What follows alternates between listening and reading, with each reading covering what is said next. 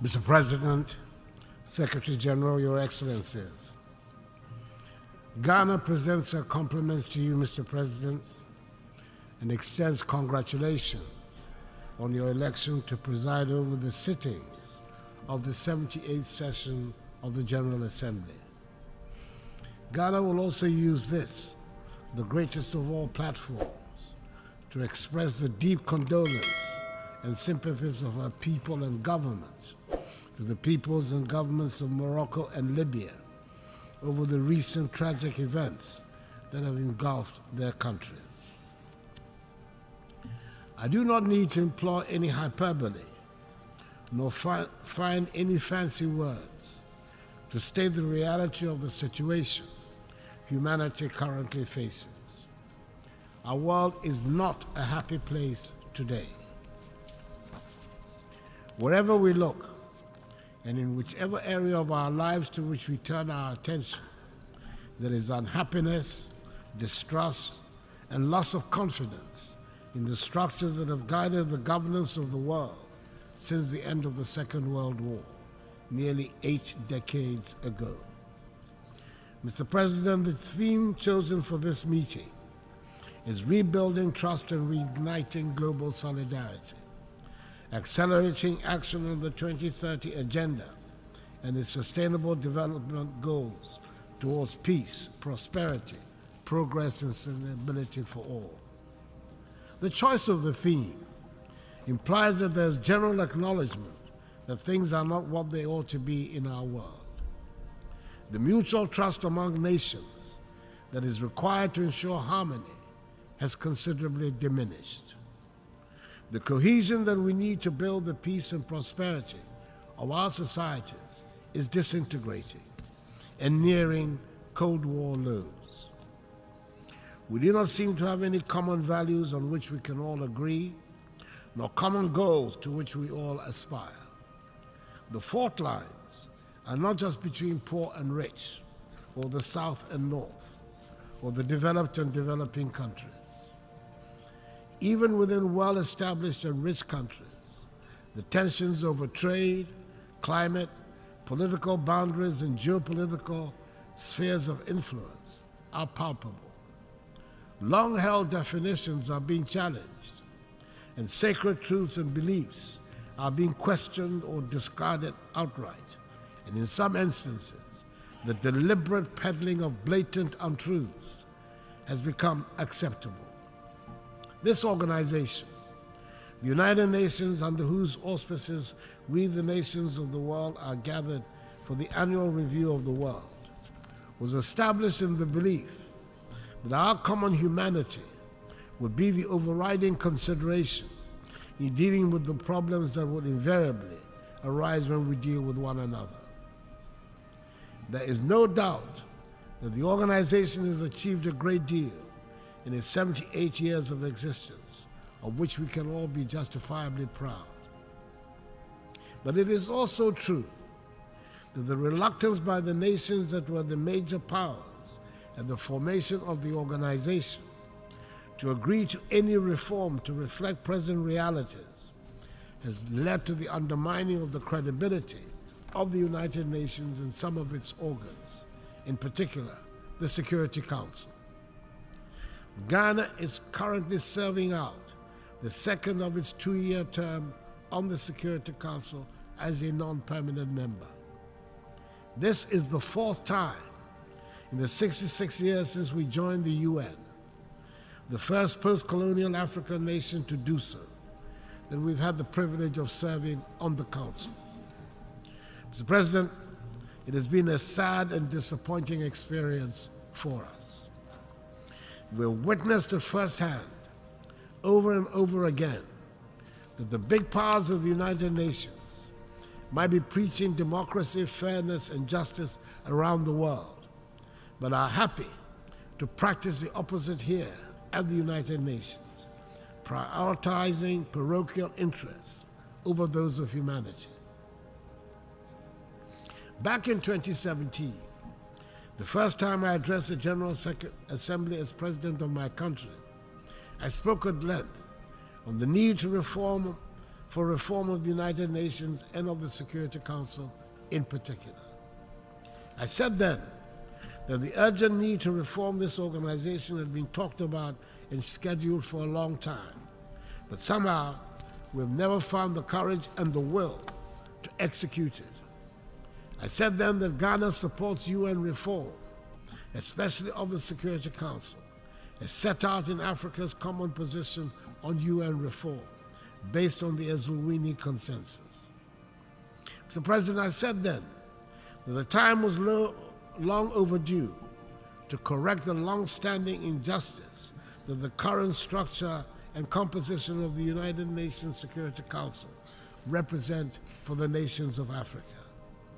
After serving on the Council at this difficult time in the world, our views on the need for reform have been even more strongly reasserted. We cannot continue to preach democracy, equality, and good governance around the globe. We cannot insist on peace and justice in the world when our global organization is seen by the majority of its members and the people of the world as hampered by an unjust and unfair structure. Mr. President, the Assembly has quite properly chosen the rebuilding of trust as critical in restoring stability and prosperity to our world. We cannot rebuild that trust when the organization that should bind us is seen by many as helping to perpetuate an unfair world order, which is reinforced by an inequitable, dysfunctional global financial architecture. Mr. President, for the past year and a half, a full-scale war is being waged in the center of Europe. The United Nations appears unwilling or unable to influence the events taking place in Ukraine. Ghana has sat on the Security Council throughout this period and can testify that the global solidarity we seek to reignite under the umbrella of the UN will only happen if and when it suits those who wield the mighty power of veto. And at the moment, there's nothing to show that these countries have any interest or inclination to do so. Ghana still believes that this organization provides the best vehicle for the world to manage its hydra-headed problems, but it can only function effectively and meet our expectations when we reform the pillars upon which it rests.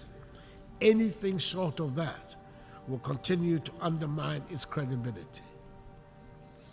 Mr. President, I do not refer to the events in Ukraine and seek to pretend to ignore the tragic events in my own neighborhood of West Africa and the Sahel.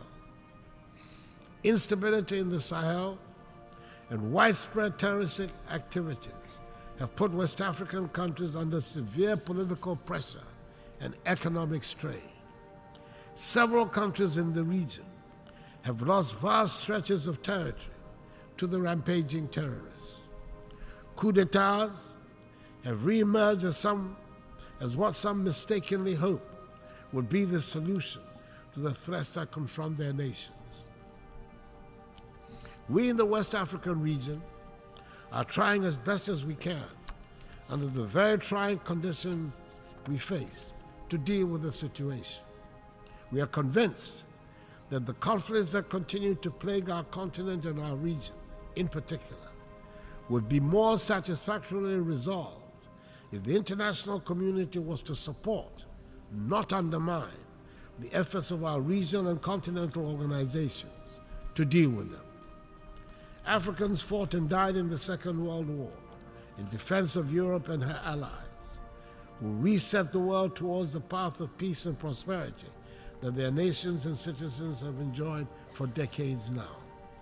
It is surely time for the world to reciprocate in our time of need. Mr. President, we in Ghana are holding firm to our belief in democracy as the best route to build the prosperous nation that is our aim. It is true that the economic dividends that many of our citizens justifiably expect from the democratic process have not come as fast as had been anticipated. But we're determined to hold fast to the course because we believe that ultimately it will succeed in delivering freedom and prosperity for the mass of our people. We're also having to countenance for the first time in recent human history not just the question of democracy and a deliberate campaign of disinformation against democracy, but also the propagation of authoritarian rule as the faster route to economic advancement. The belief of young people in democracy as the governance model best suited to build peace and prosperity in our society is under systematic attack. The economic impact of COVID-19 pandemic and the impact of the war in Ukraine have only added to the pressure and the anxiety of our young people.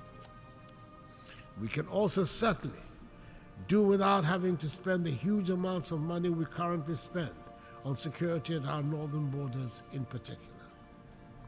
At this time, unhappily, we feel no sense of the international solidarity that we believe we should receive. It is surely in the interest of the whole world that West Africa should be peaceful and prosperous. We want our young people to be part of a peaceful and prosperous West Africa, rather than part of the thousands that arrive at an unwelcoming Europe after perilous journeys across the Sahara and the Mediterranean Sea. Mr. President, we do not seek to shirk any responsibility for the problems we face that are of our own making. And it bears repeating that we are not craving for sympathy, and we do not want to be a scar on anybody's conscience. But we cannot, and the world should not pretend that the present-day economic and social conditions of Africa have nothing to do with the historical injustices that have fashioned the structures of the world. It is time to acknowledge openly that much of Europe and the United States have been built from the vast wealth harvested from the sweat, tears, blood, and horrors of the transatlantic slave trade and the centuries of colonial exploitation.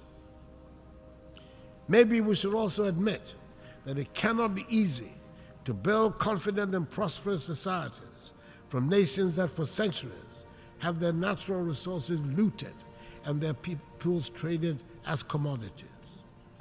For centuries, the world has been unwilling and unable to confront the realities of the consequences of the slave trade. But gradually, this is changing, and it is time to bring the subject of reparations firmly to the fore. Granted, the current generations are not the ones that engaged in the slave trade, but that grand inhuman enterprise was state-sponsored and deliberate, and its benefits are clearly interwoven with the present-day economic architecture of the nations that designed and executed it. Reparations must be paid for the slave trade. No amount of money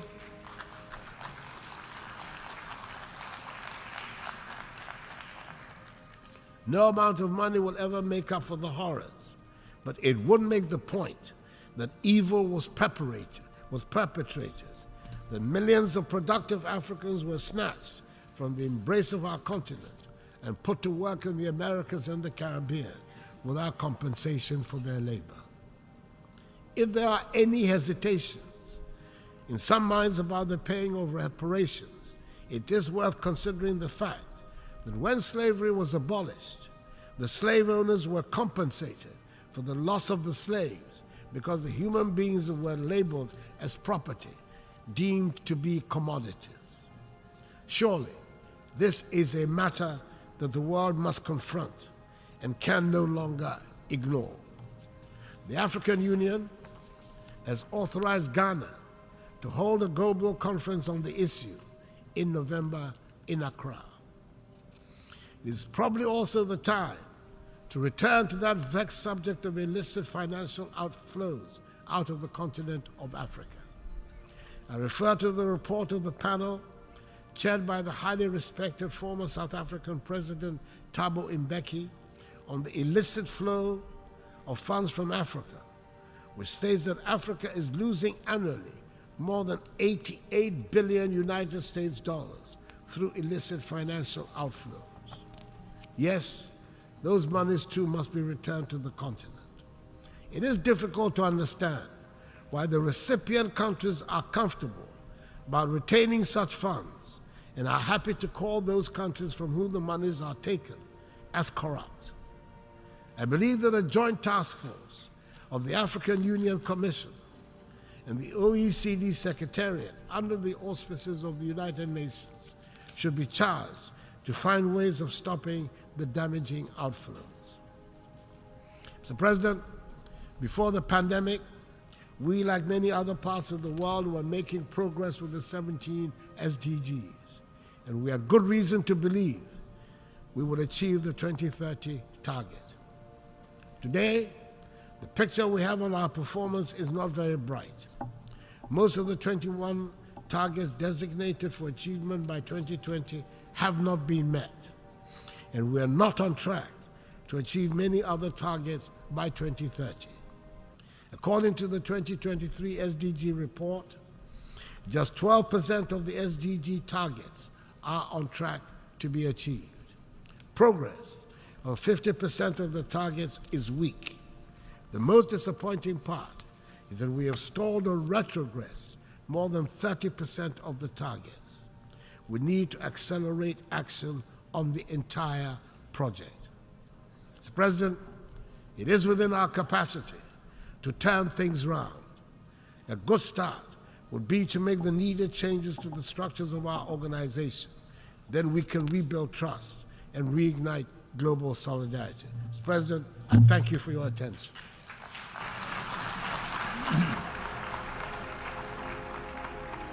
Let me know in the comment section below. If you enjoy this video and want to hear from me again, hit the subscribe button before you go. Thank you for watching.